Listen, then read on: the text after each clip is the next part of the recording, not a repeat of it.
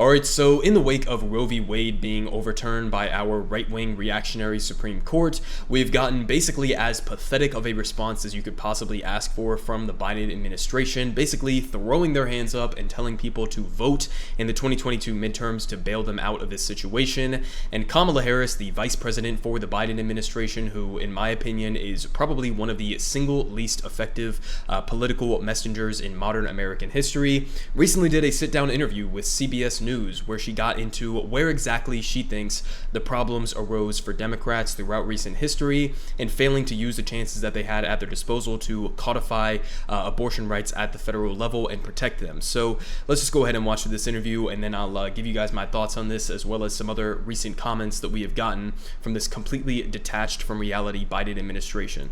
You don't have to abandon your faith, whatever that might be, to agree the government should not be making that decision for a woman. And so that's why I say, let women make those most intimate decisions. Let people make the most intimate decisions that are about what I call heart and home, which includes contraception, which includes same-sex marriage. Let them make that and be free to make those decisions without government interference. When you look back, did Democrats fail, past Democratic presidents, congressional leaders, to not codify Roe v. Wade over the past 5 decades? I think that, to be very honest with you, I do believe that we should have rightly believed, but we certainly believe that certain issues are just settled. Certain issues are just settled. Clearly we're not. No, that's right, and that's why I do believe that we are living, sadly, in real unsettled times. What was that? Okay, so let me get back to this. So the question that he asked was pretty specific, right? He said, do you think that past administrations, under the Obama administration, for example, or under the, even the Bill Clinton administration, or by other moments where Democrats have had control over the House and the Senate, do you think that they have missed their opportunity to potentially codify abortion rights or Roe v. Wade at the federal level? And her response to that was what exactly? Her response to that was to say, well, I believed and rightfully believed so that certain issues were just settled. Well, they clearly weren't settled, and exactly as that journalist just pointed out in that clip, obviously you were wrong about those issues being settled, and so do you think it was an actual failure to not codify those when you had the opportunity to? And so she had absolutely no response to the actual question that was at hand, which was a good fucking question, because again, Barack Obama, when he was running in 2008 and in 2012, said that abortion rights were going to be one of his top priorities when he took office. Then he had a supermajority. He had the opportunity to codify Roe v. Wade at the federal level.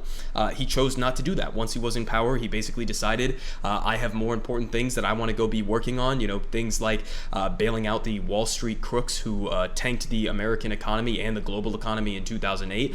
So he had much bigger things to tackle at that moment. So he decided that abortion rights were just not a priority for him. So of course, you should be able to have the ability to look back in time, especially given the fact that Joe Biden is the president while you are the vice president, and Joe Biden himself was the vice president under the Obama administration when they had the opportunity to do this.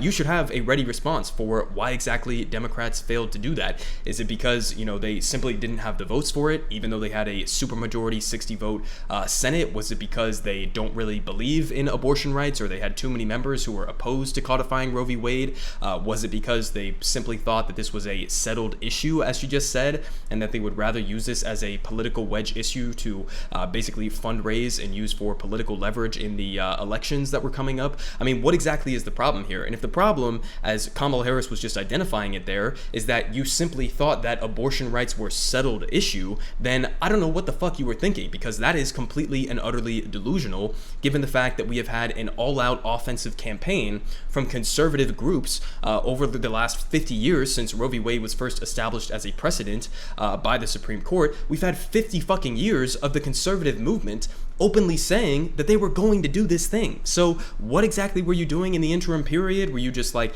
closing your ears and not listening to the fact that they were saying this? Were you not paying attention during the Trump administration when he appointed 3 Federalist Society judges to the Supreme Court, basically with the explicit political intention of overturning Roe v. Wade, with a whole host of other decisions that they have been making in recent weeks and months? I mean, throughout this entire process, it's like she just doesn't understand even recent American history to think that this was settled issue, or as if this wouldn't be something that conservatives would try to go about attacking in the aftermath of Roe v. Wade being settled as a constitutional right. So that interview, just completely embarrassing. And again, I stand by my assessment that Kamala Harris seems to have no ability whatsoever to connect with people, to connect with average voters, to even string together coherent sentences in order to get her point across, basically just running in loops. And I think, as somebody pointed out on Twitter, she basically just talks like somebody who's in like middle school or high school who didn't read the book report, or who didn't read the book and is trying to like on the fly come up with a book report response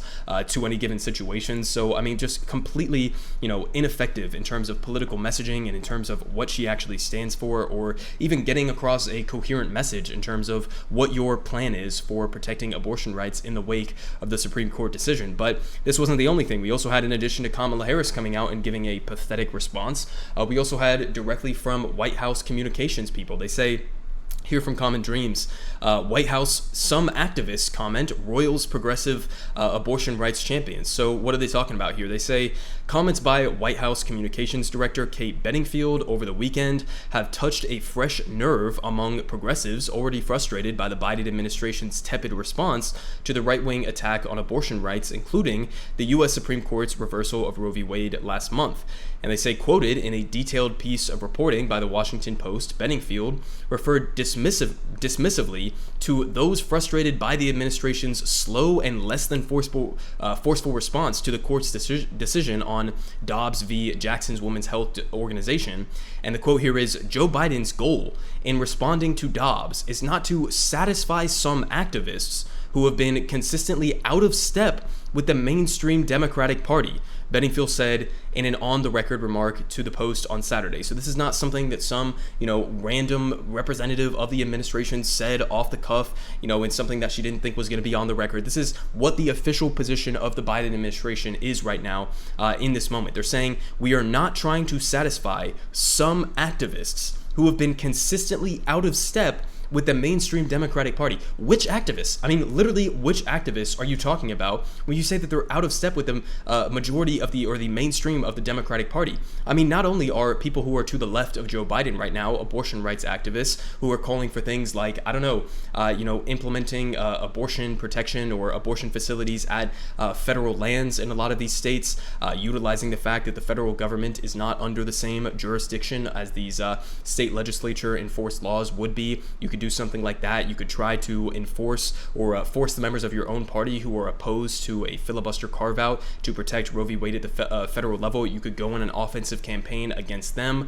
You could try to increase the amount of contraceptives that are available to the American people. You could pick apart Roe v. Wade and pass individual bills that protect certain parts of abortion rights. You could protect contraceptives at the federal level. So many different things that the Biden administration could do right now, both using his power at the executive branch or by pressuring members of his own party to fall in line on the legislative approach to this.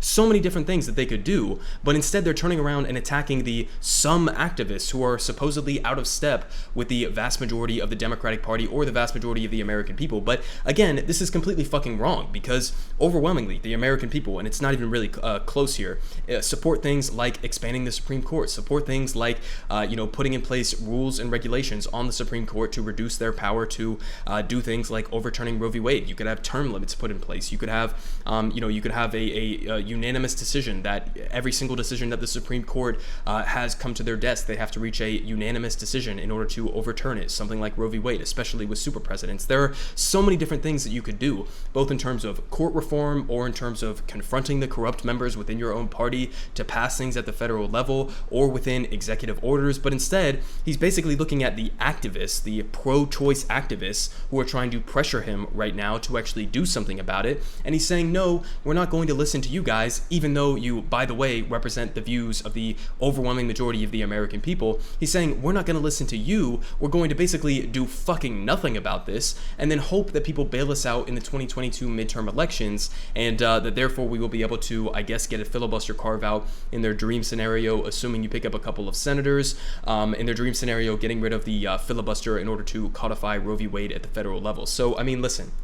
Overall, in terms of their response to this situation, it's fucking pathetic. I mean, we haven't seen any dramatic actions, not even any plan that is coherent and has been put in place in order to confront the members of their own party that are against codifying Roe v. Wade at the federal level. And so it's no surprise that you see polling data came out. I just saw one earlier today that showed that young voters, people who are under the age of 30, have roughly like a 19% approval rating for Joe Biden. He's negative 50 among voters under the age of 30. Okay, the same exact demographic base that bailed him out in 2020 and led to him winning against Donald Trump. So, I mean, all the Biden administration is doing right now is pissing off activists, pissing off young people, pissing off the base of the Democratic Party, while basically doing absolutely nothing of substance to address any of the major issues that people are caring about going into the 2022 midterm elections. So it may be the case that Roe v. Wade being overturned helps Democrats to some degree. Again, we're months out away from this, so it's yet to be seen exactly how much it's going to help them in the midterms, or